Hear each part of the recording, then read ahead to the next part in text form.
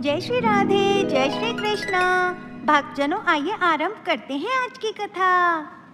एक दिन माता पार्वती ने स्नान करते समय अपने शरीर से मैल उतारा और उससे एक शिशु आकृति गढ़ ली। तत्पश्चात माता पार्वती ने उस पिंड में प्राणों का संचार कर दिया। उसी समय एक अत्यंत सुंदर शिशु साकार हो गया। माता के स्नेहल स्पर्श से वह बालक तुरंत ही किशोरव्य हो गया। माता ने उसे गोद में बिठाकर सुंदर वस्त्र आभूषणों से सुसज्जित किया। माता ने विचार किया, आहा, मेरा पुत्र कितना लावण्यमय है, सभी गणों से सुंदर, इसे तो गणों में श्रेष्ठता प्रदान करनी चाहिए। अनुराग से भरी माता ने उसका नामकरण भी कर दिया, गणेश, गणों का ईश अर्थात स्वामी।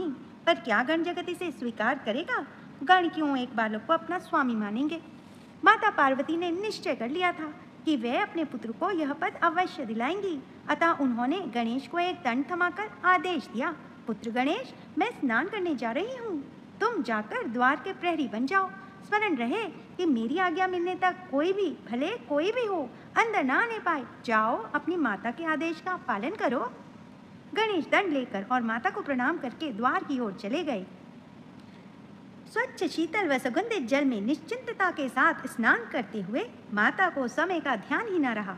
पार्वती तब सचेत हुई जब उनकी सेविका ने बाहर चल रहे घमासान युद्ध के विषय में बताया। माते, बाहर भीषण युद्ध हो रहा है। एक बालक ने प्रवेश द्वार रोका हुआ है और भगवान भूतेश्वर को भी अंदर नहीं आने दिया। उन्होंने अपनी गणसेना भेजी तो उस बालक ने उसे परास्त कर दिया। सेविका विचलित स्वर में पार्वती को बाहर घट रहे घटनाक्रम की तीव्र स्वर में जानकारी दे रही थी। अब देवताओं की सेना और शिवगण संयुक्त रूप से उस पराक्रमी बालक से युद्ध कर रहे थे। भीषण संग्राम छिड़ गया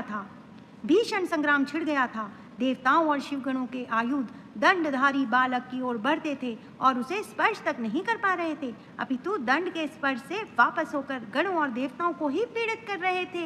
असंख्य सैन्य बल के मध्य पार्वती नंदन इस प्रकार शोभित हो रहे थे जैसे आकाश में तारों के बीच चंद्रमा। जय गणेश, जय गणेश, जय गणेश देवा, माता जाकी पार्वती पिता महादेवा। आज की कथा बस यहीं तक। शेष कथा अगले भाग में। राधे राधे।